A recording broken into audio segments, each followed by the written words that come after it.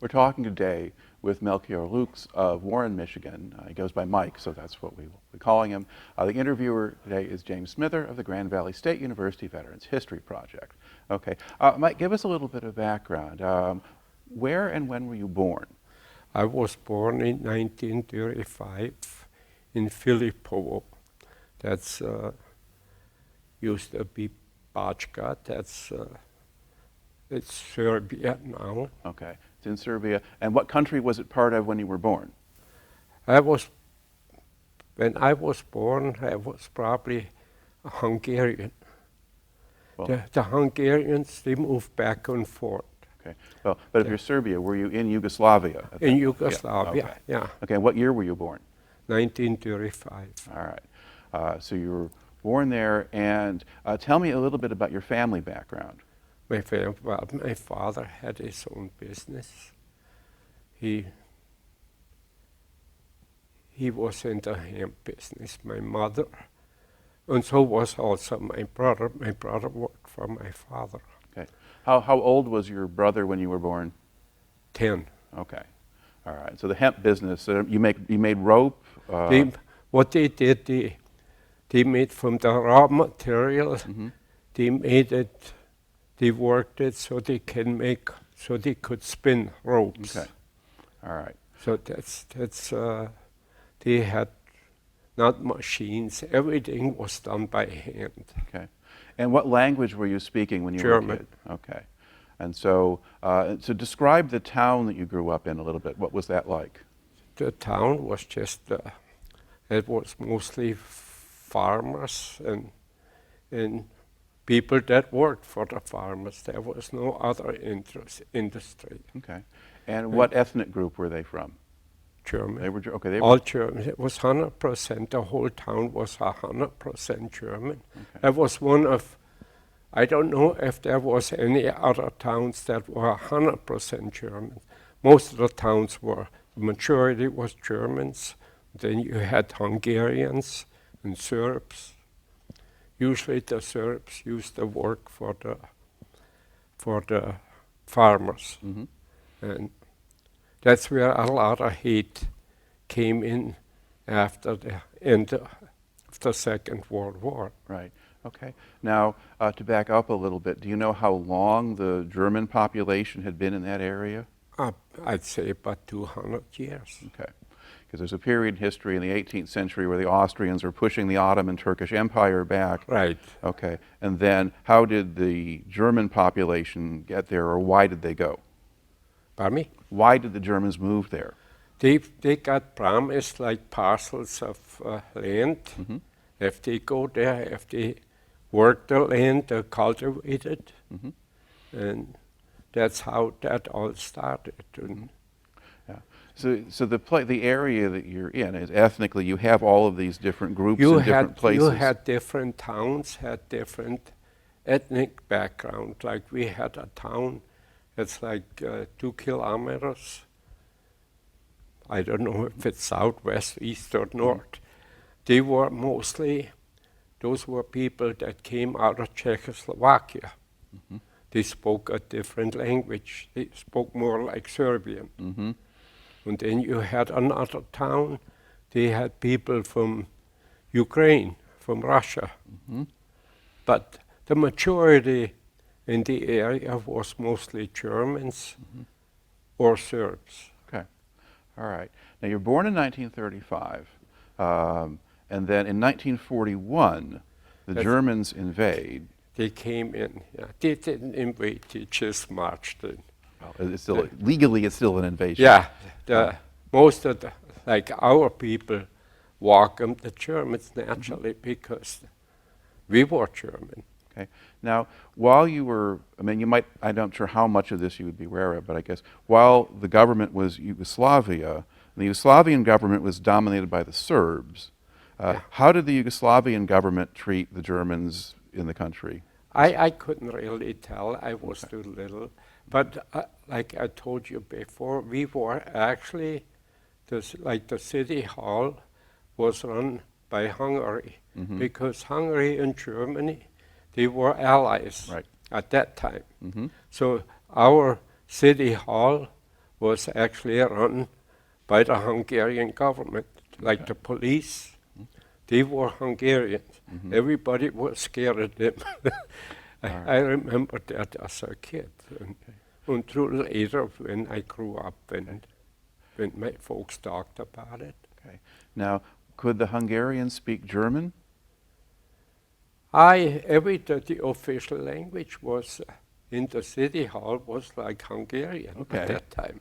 So how did... But like the schools we had German, but it was mandatory that you take, I don't know if it was 1 hour or 2 hours.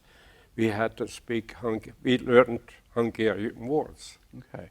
So during that period, sort of 1941, 1942, 43, into 44, while you're still living in that town, what was your daily life like? Well, the daily life, kids were on their own because it was a poor area. All the grown-ups had to work. We went to school. After school, we played, and when it was time for dinner, you went home because dinner was like at 5 or 6 o'clock. You had to be home. Okay. Now, did you have enough food? We had more food than we could. I told you that was like the breadbasket of Yugoslavia, that area where I come from. Okay. Because sometimes, I mean, the Germans might come and take a lot of the food away, No. the Hungarians might, but... Not that time. That was all after the war was over. Then we had food till they put us in the concentration camp, and that's when everything stopped. Okay. All right. Now, during the time then when you're still living at home and when the Germans sort of came through, now, do you remember seeing any kind of Nazi things like swastika flags? Oh yeah, everybody had swastika flags on their house. I told you that was mostly the rich people were against Hitler. And people like my folks, the average guy was for Hitler, because it was better when he was in power that time. Okay. In what way was it better? Well, I guess economically. We had no idea. There's the propaganda machine. We all liked Hitler as a kid. I mean, we all tried to join the Hitler Youth. You couldn't join that till you were 10, but we couldn't wait till we were 10. We just never made it. I never made it till I was 10. Okay. And why was the Hitler Youth attractive? Well, I guess that's... like the uniforms or... The uniforms. We all got wooden guns, like a carbine, like a rifle. When the Americans used to fly down to Romania to pump the oil fields, the whole sky was like silver. And as kids, we used to go in the ditch and shoot pretend to shoot the planes down. Okay. Because you saw yourselves as Germans. Yeah. And so now you're part of Germany, or you're allied with Germany, and so that was, at that point as a kid, that was sort of natural. Right, exactly. But that's the only language I ever spoke was German. Okay. Now, in your area, was there any kind of partisan activity? Or? Very little, but there was, yeah. Matter of fact, we had like places we could only go so far, because when you go out of town, we knew points that was the end, because I told you like 2 kilometers away there, then people were for Tito, and there was a lot of partisan activity. He used to capture kids and sometimes burn like a swastika in their face or in their back. And that happened. Okay. I I didn't see it, but you know, we were told. Mm-hmm. And All right. Now, if you think back in that period before your family had to move out, are there other particular memories that stay with you? You think about living there? not really. Like I said, we grew up, all the kids, you know, you grew up independent, you know, and you had basically, we know right from wrong, we were taught right from wrong. You didn't do anything bad because, you know, that just didn't happen. Mm-hmm. Okay. Now, did you have brothers and sisters who were close to your own age? No. My brother is 10 years Yeah. older. He was in the German army. Okay. And my sister was 9 years older. She had to go to work. Mm-hmm. Like I said. So you really were by yourself? I was by my father had his shop in the back. There was a building. Mm-hmm. So if I did need somebody, I would go to him, which I didn't need to. We just grew up, and you got up in the morning, you washed your face, put your own food on the table, ate, get dressed, and go to school. Okay. All right. Now, I guess at the end of 1944, things changed a little bit. Then once the Germans were out in October 1944, the partisans came into town. Mm-hmm. And then the rations started, like you got one box of matches for a month. And the food was never rationed because everybody had plenty food.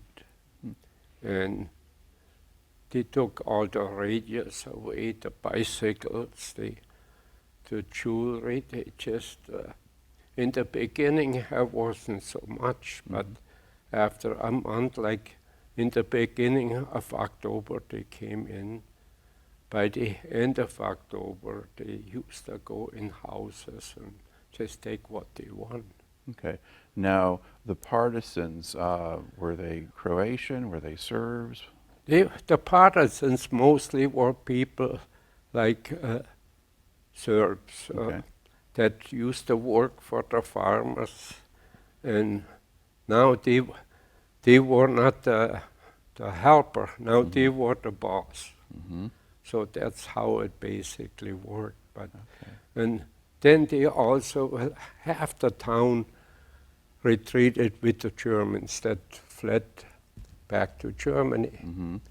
We were on the wagon already too, but my sister didn't want to go. She made a lot of fuss, so my mother pulled out. My father was in the German army, so was my brother. Okay. At what point did your father have to join the German army? On the beginning of 44, Okay. everybody had to join if you want to or not. Mm-hmm. They got a rifle and they got 5. First they were like guarding the town because we had like 5 factories that worked hemp. And they started burning. And you know, the partisans used to come there and try to light them up. Okay. So first they were like, just like guards. Yeah, like a police or security guards. Yeah, and then in middle of 44, he had to join the German army just before they retreated. Okay. So he retreated along with them then? Well, he was in the army. He got us a wagon so we could go. His commander gave him, somehow he probably liked him, he gave him a wagon and told him, make sure that your kids and your wife flee. Right. And we were in that was just like the 49ers go out west. That's how they said like maybe 20, 30 wagons, and they all stayed together. They had one leader, I guess. And but in the end, you didn't go. we didn't go, so that's... then it got bad, and they used my mother and my sister, they had to go to work. Everybody that was able to work, the partisans would come and they had to do I don't know exactly. They just took them out of town. Like my mother was there was a German airfield where they had to go and flatten it out because it got, they used a plow and plow it under, then they had to level the ground off again. And my sister, I don't know where she had to work. They used to come home at nights. And then right after Christmas, they got a certain age group, and they called them. They had to come in front of the city hall, and then they told them go home and bring 15 days worth of food and clothes. And they took them. We never know where they went. They ended up in Russia. Of course, we didn't know it at that time. My sister was like 5 years in Russia. In Russia? As a prisoner, yeah. That was like Yugoslavia. Tito promised Russia for his war debts. He had to send workers. Okay. So didn't matter. Certain age group, if you had, it's like my cousin was, when she had 2 little babies. She had to leave them behind by... Now, did they target ethnic Germans? That's all that was. Yeah. Just Germans, yeah. Ethnic Germans. Matter of fact, if you had... there was some Germans that had a Slavish name. They had it a little better. But that was only a few families. Right. And Okay. But basically, all the Germans, I mean, a certain age group, a certain percentage, they just took out and shipped them to Russia. Okay. Now, did you stay with your mother? And I stayed with my mother then, and then a few weeks later, my mother had to go. They picked her up, and of course we didn't know where she just never came back home. She ended up in a hard labor camp. And so I was sleeping by myself in the house, and I sort of, the neighbors, I had my aunt, she lived right next door to me. But mostly I was by school friends, by their parents, ate there. And then at night I had to go home and sleep by myself. That's the scary part. Yeah. That's what I remember. now, how long did that go on? That went on for like 2 months. And then on Good Friday 45, that was in March, they came and they started on one end of the town, and they went from house to house, like 3 partisans or 2 partisans, and they came in. If there was somebody in the house, they had they could take whatever they want. Of course, you couldn't take nothing. You got 5 minutes to leave, and I happened to live on the. Say they start on the north end, and I lived on the south end. And because there was a great big meadow, right, a few houses from my house. And we all, the whole town, all the inhabitants got put in the meadow with whatever you took along. So they kept us there all afternoon.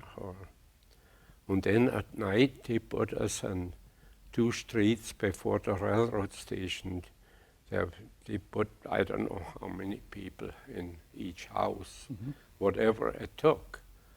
And then the following Saturday, we were put in cattle wagons, and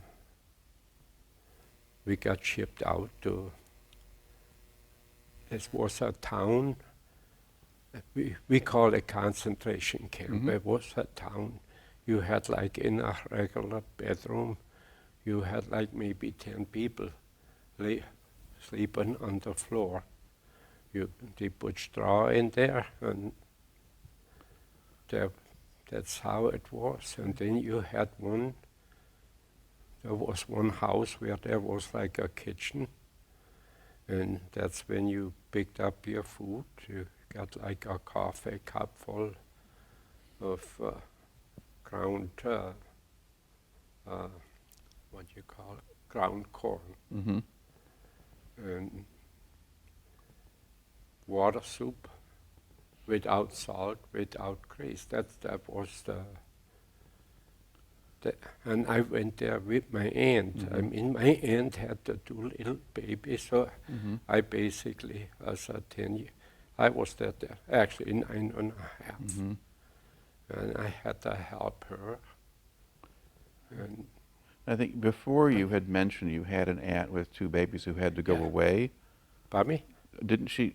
Did you have an aunt who was taken away along with your sister, or was that a different person? No, there was the 2 babies' mother Right. got taken away. Yeah. She was also in Russia, but Okay. she died. Okay. Okay. So the babies are left with what is really their grandmother. With the grandmother. Okay. Yeah. There you go. That was your aunt. Yeah. That was my aunt. Yeah. And Okay. when they took us into a concentration camp, I just they took everybody. Yeah. You had no choice. Now, was this camp still in Yugoslavia? Yes. Okay. All right. And then, were there partisans guarding you, or? Yes, there was partisans they were guarding the whole town. On each street, they had soldiers, with guns. And there was day or night. There was no wire, but we used to sneak out at night and go begging. So that's because the food was so bad. And So when you went begging, where would you go? we went to a city that was basically inhabited by Serbs and Hungarians. And we'd sneak out like at 12 o'clock at night, because we know when the guards change and so on. We go out of town, and there was a pile of straws from farmers. We'd crawl in there till it got daylight, and then we go like 15 kilometers. It's about 5 Well, it's like 10 miles or... 10 miles, something like that, yeah. It's a little less than 10 miles. Okay. And then when you would beg, would you try to go to Hungarian families? No, or- we go from house to house. The Hungarians were not too fond of the Germans, but the Serbian people were good. I mean, not everybody gave you something, but everybody, most people gave you a little bit. Now, do you have a sense that maybe a lot of the Serbs didn't like the partisans that much either, or because No, I wouldn't know. Okay. I Okay. would not know. Because most of the partisans came from it's just the worst guys that used to be workers for the farmers. There were stories going around. Okay. They were really bad. It's Okay. So it's just a very difficult time and a very confusing time. But it was we didn't know. Like as kids, you don't know. It didn't. Besides being hungry, we all were hungry. That's why you went begging. And, Right. and especially for my aunt, it helped the little kids. I mean, I call them little. One was like a year and a half. The other one was 3. Yeah. And so every little bit helped. I mean, but I just stuck a lot. Okay. Now the partisans, so they weren't like taking roll every day. They weren't counting all the people every day. No. They just didn't want you to leave. Matter of fact, when we used to go back, and other times they intercepted us. So once they had enough, once they had 15, 20 intercepted, we used to go back in groups of 3, 4, and then you sort of scare out, you go alone, then you meet each other at a certain point. But when they used to intercept us, and then they made us sing Hitler songs. They all, most of them could speak some German probably, and then they beat us up. That was their sport. Okay. Yes. But they weren't lining you up and shooting you or things like No, that. no, They just no. brought you back They again. did, only occasionally there was like probably what we thought were old people, maybe being with 20, 25 years old. When they caught them, they used to beat them up so bad. I remember we got, once they put us in a cellar in a farmhouse. There was 39 people in there. And they put a hot kettle of oil in there. That was their thing. And that gives fumes. They locked up the basement. We call it cellar. That was the basement's what you got here. Then in the morning, they let you out because once you get fresh air again, you almost fall over because then the older people, they had to look in the sun. For us kids, we were supposed to look at the sun too, but they didn't beat us up, but they beat them. I seen them when they beat them people so bad. Okay. If you look in the sun, you close your eyes. You can't close your eyes. They were watching. Wow. That's that didn't happen daily. That just happened, that one experience I had. Okay. And when a lot of times they intercepted us just before you get into town. They took you to the main building. They had a big cellar. They lock us in sometimes for 2-3 days, you know. And then they come up. Once they figured we were in long enough, they let us out. And we go out the front door and come back the back door because we know where all the knapsacks were. From what they took food away from other people, and you steal it. You run to church. There was the church across the street. You'd hide in there for a while, and then when you think it was time, it was like a game. It's all right. Now, most of the time, did you not get caught? Most of the time, I didn't get caught. Okay. No. Right. Now, how long did you have to stay in that camp? It was like I was there from March till the 22nd of December, 46. Okay. Or in the meantime, after about a year, my mother escaped the hard labor camp, and she came to our camp. But she was with me and she wasn't with me. Somehow there was another camp within the camp where they had people that were able to work. They had to, I can see that out of her statement, that, like I said, she worked in that camp. She had to go to work. Okay, but would you ever get to see her or spend any time with her? I'd seen her like sometimes in the morning, real quick, and sometimes at nights, and then I don't know where she went. Okay. So mostly you're still living with your aunt at this point? Yeah, I always lived with my aunt till my mother somehow, there was about maybe 60 to 100 people. They had to pay to a guy that took you across the border. We escaped there and went to Hungary. Okay. And when we crossed the border, that was a daily thing where the partisans, they opened up with the machine guns and just shoot. There was always a lot of dead people. We seen them every day. They came with the wagons. You see the legs hanging. I used to live like on the main street by the cemetery, close to the cemetery. All right. So was your town close to the Hungarian border? The camp Yeah. was, yeah. Actually, what was our luck, see, our town was supposed to be the concentration camp. Originally, they brought people from other towns into our town. And then somehow, I don't know So, who made the decision to put the concentration camp close to the Hungarian border. That was our luck, because if they would have had it in our town, and if we would have got the food we got there, we all would have died. They had daily 60, 80 people dying from malnutrition. Okay. You know.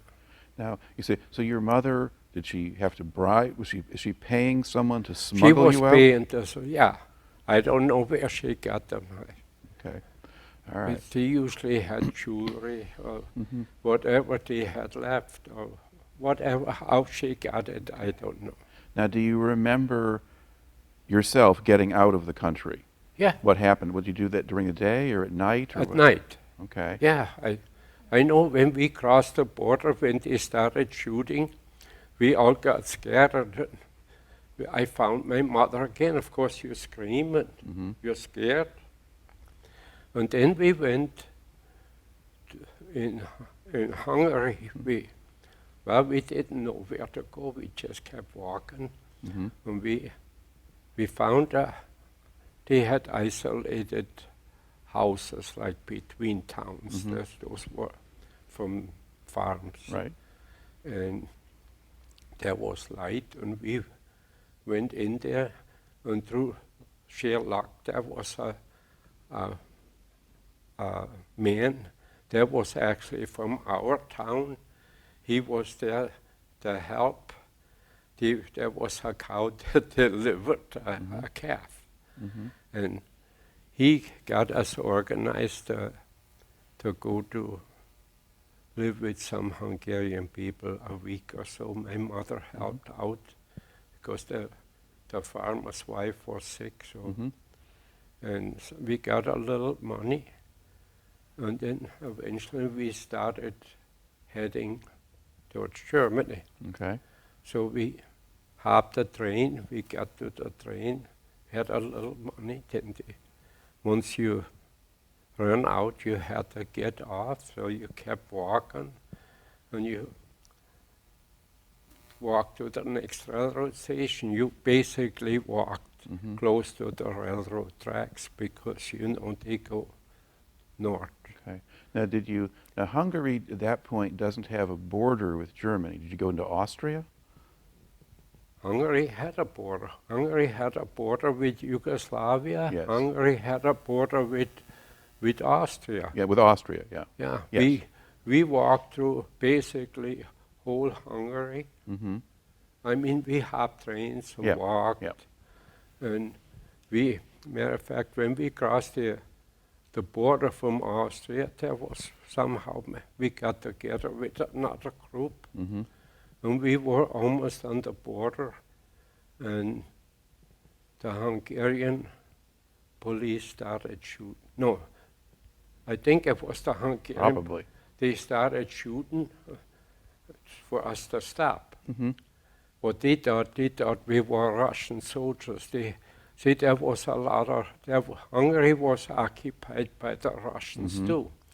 And the Russian soldiers used to go try to find women. I just know this from my mother. I couldn't say that. All right. And the Hungarians thought we were Russians. So when they started shooting, they had to take us back. So they took us back into town, and they fed us really good. They treated us really, the border police. And at 4 o'clock in the morning, they loaded us on a sled and took us to the Austrian border. And so that was the same thing. We walked basically through Austria, hopped trains till you get kicked off. We ended up in Vienna. That's and there was like a little camp where people that was sort of like organized people that were fleeing through that they get like a day or two break. Mm-hmm. And we were there, and from there we went going north. We went to Linz, that's in Austria Yes. also. Mm-hmm. And we were there like 2 weeks, I think. And that's when my mother got interviewed, like she gave like a statement Right. what happened to her. Okay. And so the document that you showed me before the interview, that was her testimony, that was her statement. That's her testimony of what happened to her. And So was she applying for refugee status? Was no, that, or we was didn't. just for we being crossed allowed into Germany? We crossed the border every time, except when we got to see in Austria. Like when we got out of Vienna, that was a Russian zone. Mm-hmm. So we walked in the Russian zone. Okay. And in order to go into, like, Linz is a city in Austria. That's across the Danube. Mm-hmm. That was the American zone. Okay.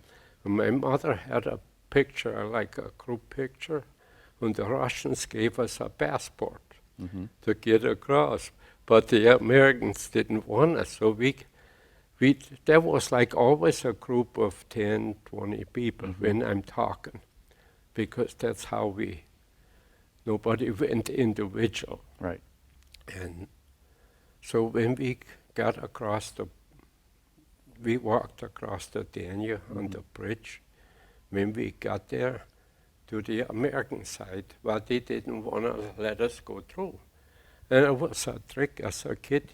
You had to cry, and so they felt sorry for us. So they let my mother and myself go through. Mm-hmm. Well, the next group, they didn't let them go through. Mm-hmm. They had to go back. So the Russians took them. Actually, them people were 2 weeks earlier in Germany than we were. Mm-hmm. We went to Linz, like I said, we stayed there a couple of weeks. And then we went to Passau, that's a city in Germany. Mm-hmm. I had an uncle that lived close to that area. We had an address, we had a destination where we go.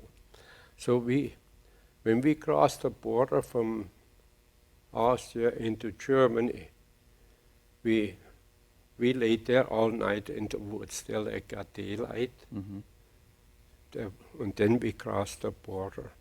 And when it was a rainy day and the first guy we seen with a bicycle, he had a tarp over his head, was a border police. We asked him for direction for the railroad station. When we found out where we come from, he tried to put us back. Oh. That was I cried again. Then he let us go, and we found the railroad station, and while we walked up the steps, my mother ran in. There was people already from our hometown. Mm-hmm. She just happened to run into a person. She said, "Your mother and father is in the main waiting room."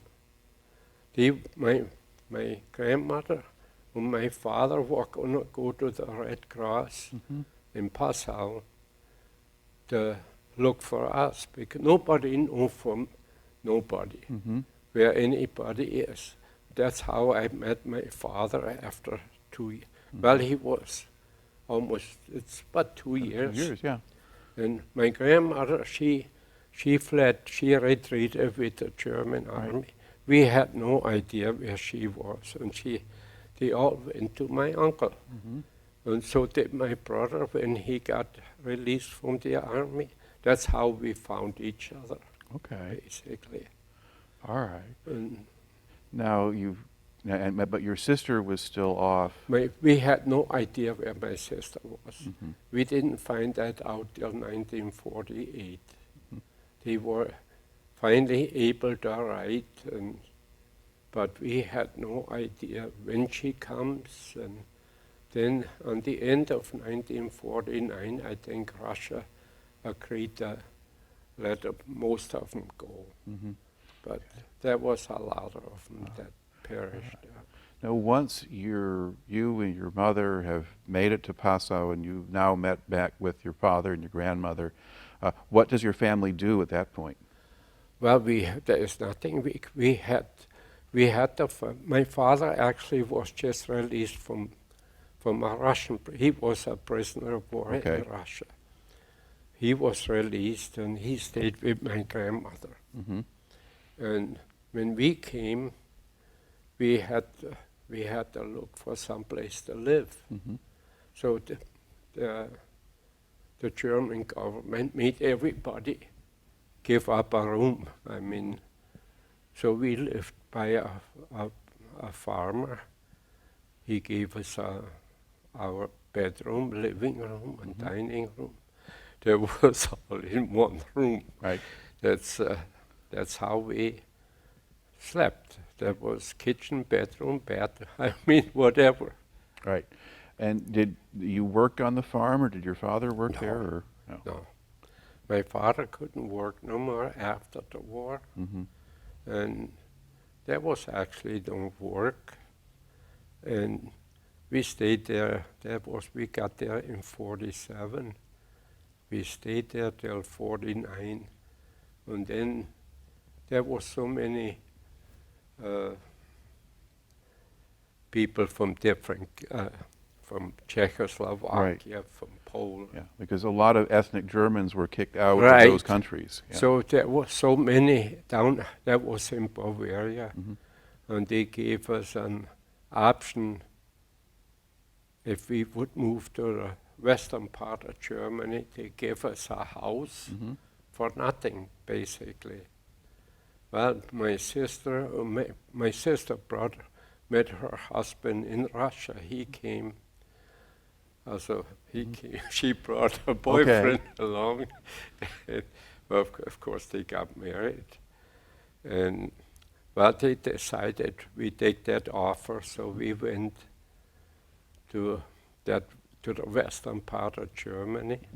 And there was no work either. There was a poorer country poorer area than what we left. And so we were there like 2 years. And what area was that, or what town? In the Eifel, that was by Bitburg. I don't know if you heard of it. Yes. Bitburg was in the news. And I know my brother-in-law, he worked on that airport. They were building a big airport. The U.S. did that. Yep.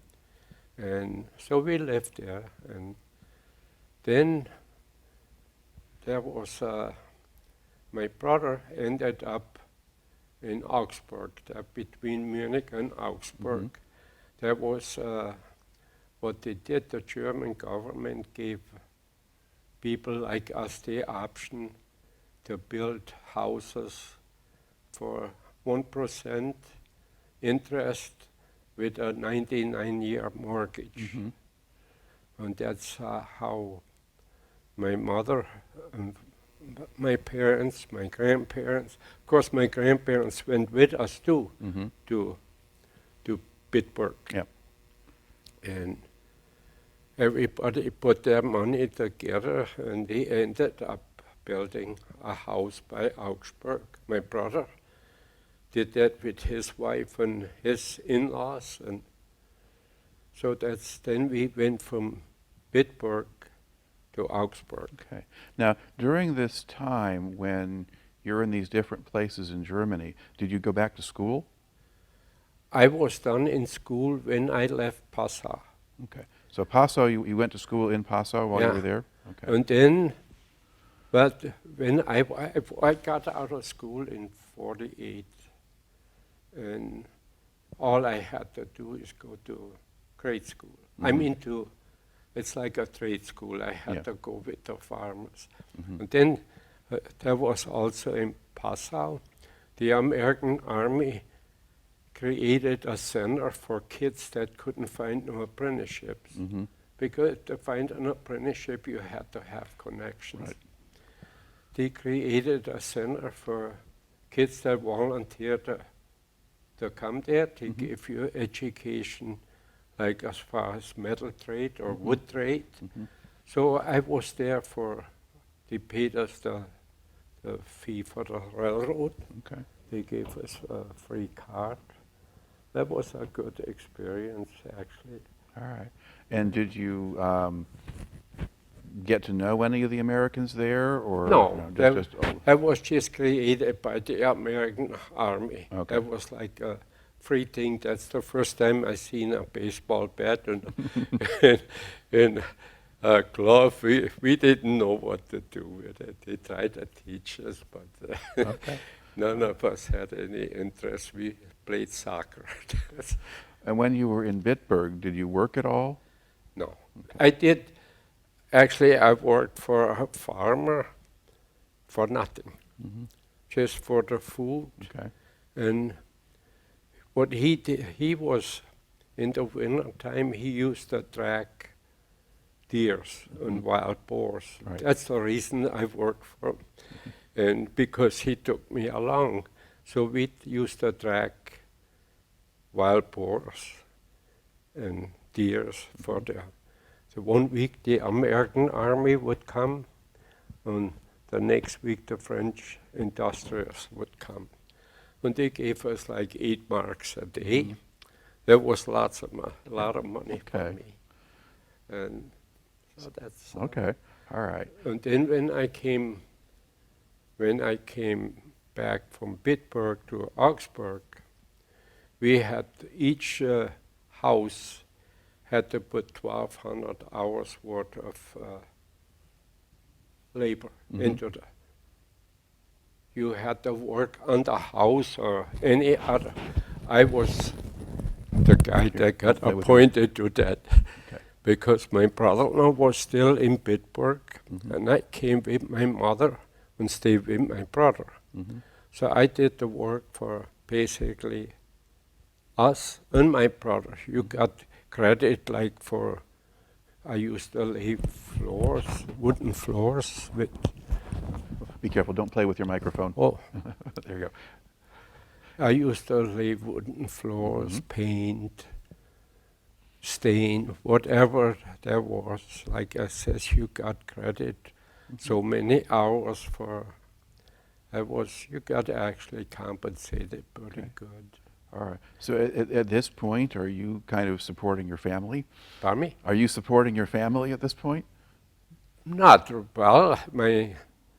In a way, I did without realizing it. I had nothing better. I had no. And then, like 3 months later, I got an apprenticeship. Okay. Of course, I was looking.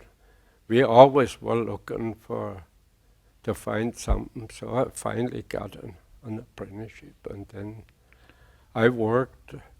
And what kind of work? I was like in the steel trade. Okay. You know, it's like tool, die, iron work, anything. Over there, you did everything. And what we did, you start at 7, you work till 5, and then the workers go home, and you have to clean the machines and sweep the floor. So I used to leave the house like at 6 and come home 6, 7 at night every day. With the bicycle, I was riding like that was 15 kilometers. You go with the bicycle. Okay. And there was not a 10-speed bike. It was just a regular bike. Okay. Now, as time is passing, could you begin to see the German economy doing better? Were there more jobs, or was it still pretty bad? Actually, when I was there, it was okay, but it wasn't too good. And I started my apprenticeship late. Right. I started 3 years later than the average guy through moving and stuff. So I really had no money. I was like 18, 19. I got like $1.50 a week the first year, and $2 the second, and $3 the third a week. And that's it. But that was common. Okay. Now, did the government provide any support for your family? And did Yes, my father couldn't work. Right. He got like 120 marks a month, Okay. which was really not enough to live, but But it was something. you had nobody got more. You know, they all got the same. All right. So Now, but did you complete the apprenticeship and get a I regular job? completed or- my apprenticeship, and then I went to work for a company that did like caterpillars. Mhm. They built bridges, they built buildings. Mhm. It was all in the steel work. Right. But when I graduated, you couldn't work as a journeyman till you had your journeyman's card. You had to go to a test.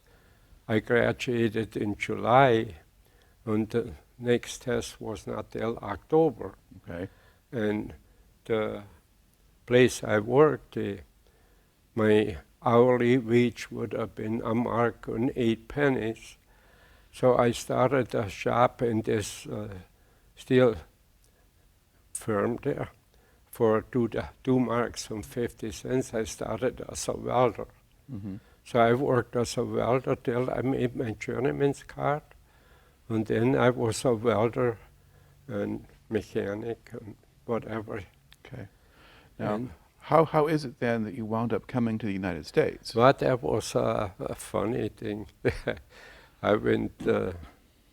I had a cousin.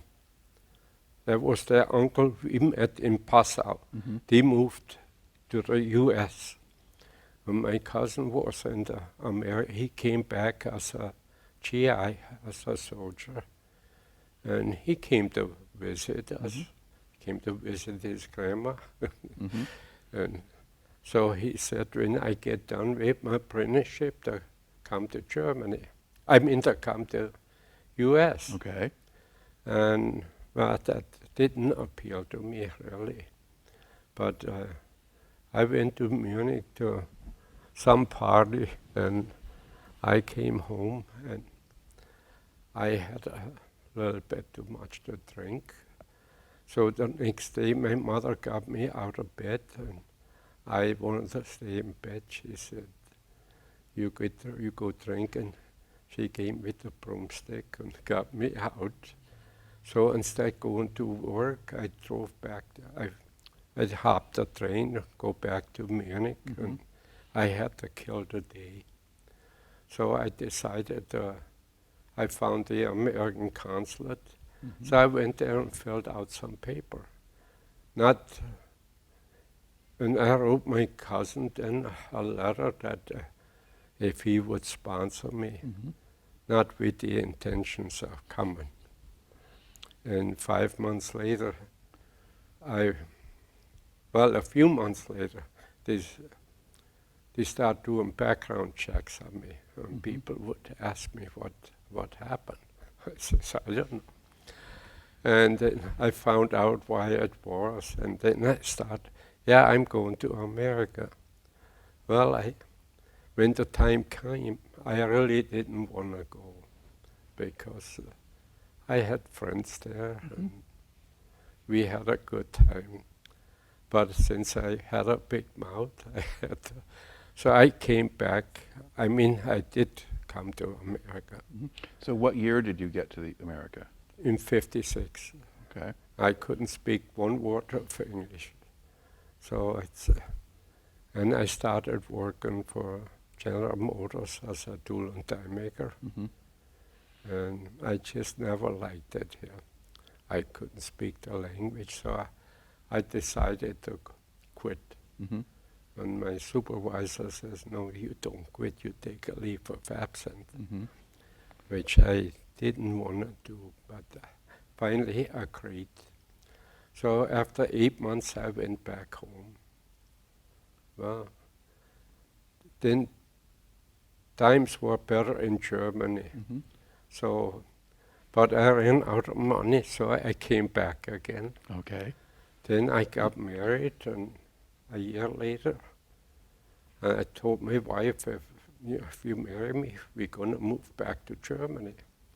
So we went back to Germany in '61, and things were not the same. Mm-hmm. Germany's economy was in a boom. The people they all had cars now. They all had televisions. Nobody socialized no more. Mm-hmm. So the whole system changed. In the beginning, when nobody had a television, we all met in a beer garden. Mm-hmm.